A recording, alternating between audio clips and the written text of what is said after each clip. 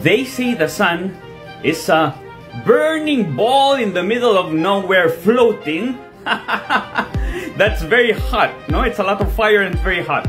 But when there's fire here on Earth and you go near the fire, it gets hotter, right? And then the theory is if you get too close to the sun, you burn like Icarus. Burn. But is that true? Because the higher we go up to the mountains, it gets colder. When we go high on an airplane, it gets colder. It should get hotter when you go up the mountains, right? If that was true. But where's the ice? And where does it snow? It snows at the top of the mountain and it stays there. So they lied to us again. You might be amazed to find out, but the Globers still don't understand gravitation in their own model. Everybody's still under the impression that it's mass attracting mass, something like this. Newton theorized that the mass of the Earth, which was assumed to be this insane shape, a sphere, is actually pulling, using a force to attract the apple to the ground. But that's not the current model of gravity anymore. You can't use that. It's been superseded by general relativity. The best part of this is there will actually be Globers in the comments that will tell me to go buy a book and read it. So, let's read. Gravitation. In general relativity, the analogous statements will describe how the curvature of space-time acts on matter to manifest itself as gravity.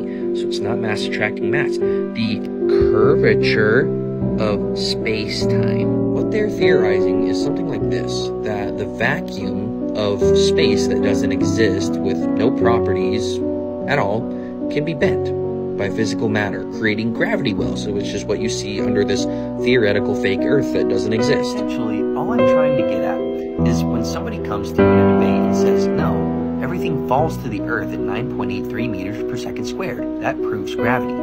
They can't argue that the mass of the Earth is attracting said thing, 9.83 meters per second squared, towards the ground.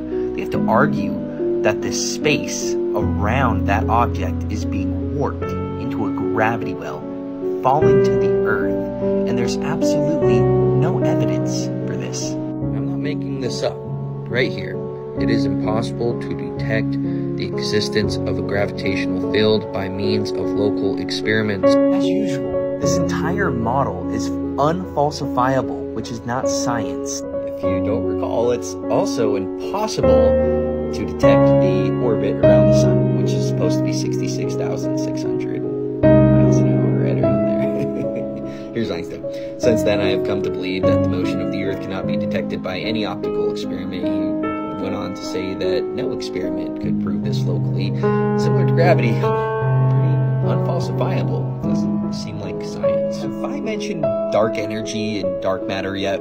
Again, two things that we have no idea what they are, what they're made of, and their complete theories make up 95% of the universe in the heliocentric model. We don't know what it is, but the rest of the universe, including everything on Earth and everything observed with all of our instruments, is made up of baryonic matter. Dark matter tends to pull the universe together, while dark energy tends to drive it apart. Isn't that just a fun little bedtime story? So why did they theorize dark matter and dark energy in the first place, Caleb? Good question. Because gravity didn't work. Fritz Zwicky studied the motion of galaxies within the Coma cluster and noticed that their observed velocities were much higher than could be explained by the visible matter in the galaxies, meaning there was not enough matter to explain how fast they were going with gravity's current model. So they just made up that there's dark matter, matter that you can't see, can't observe, can't experiment for, and dark energy. That is the full current model of gravity, in which needs to be defended by anybody trying to propose that we are on a ball or that the sun is the center of the solar system because it's a bigger mass or any of this nonsense. Prove gravity well. Have a good day. Believe it or not, the Globers still don't understand what gravity is in their own model. So today I'd like to thoroughly and honestly explain the extent of gravity. Heads up. Gravity is no longer mass attracting mass, theorized by Newton when an apple fell and hit him on the head. that's not what the current model of gravity is. That's hundreds of years old and was superseded by Einstein in the general theory of relativity. Globers are always telling me to buy a book and read, so let's check it out. Gravitation. In general relativity, the analogous statements will describe how the curvature of space-time acts on matter to manifest itself as gravity. What's funny is if you keep reading, in Chapter 2, we motivated our discussion on manifolds by introducing Einstein equivalence principle, or EEP, in small enough regions of space-time, the laws of physics reduced to those of special relativity. It is impossible to detect the existence of a gravitational field by means of local experiments. Sounds unfalsifiable. So when you hear somebody trying to argue that gravity is mass attracting mass and the Earth's really big and it pulls us and it holds us onto the Earth, no. They have to literally argue, if I grab a pen and drop a pen, right here, drop it, they have to argue that that pen warped the space around it, created a gravity well, and fell to the Earth. Want to know how to confuse gravity? Get an orange and peel it. To understand the full extent of pseudoscience that encompasses gravity, we're definitely going to have to talk about dark energy and dark matter. And I hope you guys are all very comfortable with gravity completely changing frameworks soon. NASA.gov is hinting at it on their website. But let's talk dark energy and dark matter for a second. Essentially, dark matter and dark energy were theorized because there were galaxy clusters spinning too fast. And when we looked at them, the mass that was there was not able to explain how they were going so fast, the velocity. So they theorized that there was actually matter and energy that's just invisible. Nobody can see it, detect it. We're doing an experiment to prove it, but you have to believe it. This should be called the heliocentric starter pack image right here. This is all you need to understand the problems with this stuff, and these people will just scream physics. Oh, and before I forget, this makes up 95% of the entire universe in the heliocentric model, and without it, gravity doesn't work. Gravity can easily be explained by buoyancy, density, electrostatics, and magnetism, and I've already made a video on it. You should go check it out. It's labeled Gravity Debunked by Science. Can me and you talk about the moon for a second? I'm really curious if anyone actually believes this. So the current scientific consensus is that the moon was formed from a collision between early Earth and a Mars-sized planet called Theia, approximately 4.5 billion years ago in Hadron. The collision created a large debris ring around the Earth, which then accreted to form the moon. Gravity bound the ejected particles together, creating a moon that is the largest in the solar system in relation to the host planet.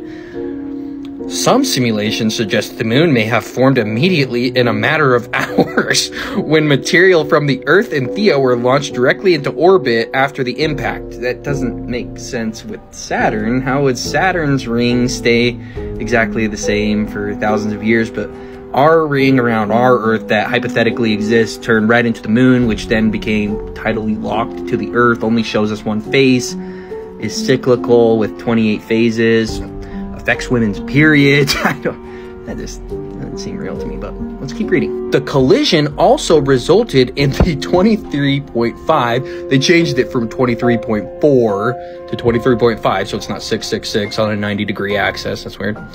Thus causing the seasons. So not only did this Mars-sized planet come shooting through the fake vacuum of space, hit the Earth, and cause a cyclical tilt in which we experience seasons every 3 months, but somehow created the moon at the same time. So what they're saying is impacts from things out in space cause life. If we didn't have seasons, we wouldn't have life here in their model. So that perfect little Mars planet hitting us and just setting us on that perfect tilt where we tilt every 365 days and reset and all this came from a collision. Does anybody actually believe this?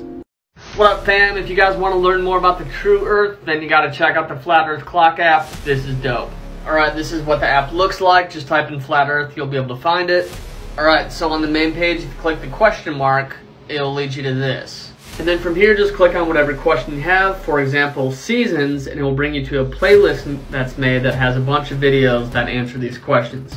Now, you're not going to be able to find these on YouTube just by typing in seasons flat earth or moon rotation flat earth. These are all shadow banned. Dave did a great job putting them all together in one place. Alright, so here if you do a time lapse, you can see the sun and the moon, how it goes over the earth, but check this out. And then you can also put the constellations on there and do a time lapse and see how those reset perfectly, just like we say, over a flat earth. Now this part's legit. If you turn on the location services, you can see other true earthers that are in the area. When I started, this was 40,000, now it's around 112. There's another spot in the app for photos that you can utilize that has a lot of really good information. So yeah, if you guys want to learn more about True Earth, I highly encourage checking out the app. Any questions you have, I guarantee they'll be answered in the app. Great place for resources, links, photos, etc. And if you do end up downloading it, here's my referral code. No Globers, I don't get any money for this. It just shows you how many people you helped. Cheers. What up, fam? Let's talk about flights and the paths that they take, not around our Earth, but over the Earth. Let's get into it. Also, that's why it's called an airplane. It flies in the air over a plane. Pretty simple. And just a friendly reminder that to even fly a plane, you have to assume the Earth is flat and non-rotating. So whenever we circumnavigate, it's always east to west or west to east. It's never north to south, because the Earth is actually flat and Antarctica surrounds the entire Earth, so you can't fly over it and pop up on the other side, because the Earth is not a ball. They should be able to fly all the way over Antarctica on a globe, but they never do. Alright, so allegedly this is the globe model with flights. If you're flying north and the Earth is spinning west to east, how are you going to land on a runway going north? You'd completely destroy your plane. Completely. As seen right here.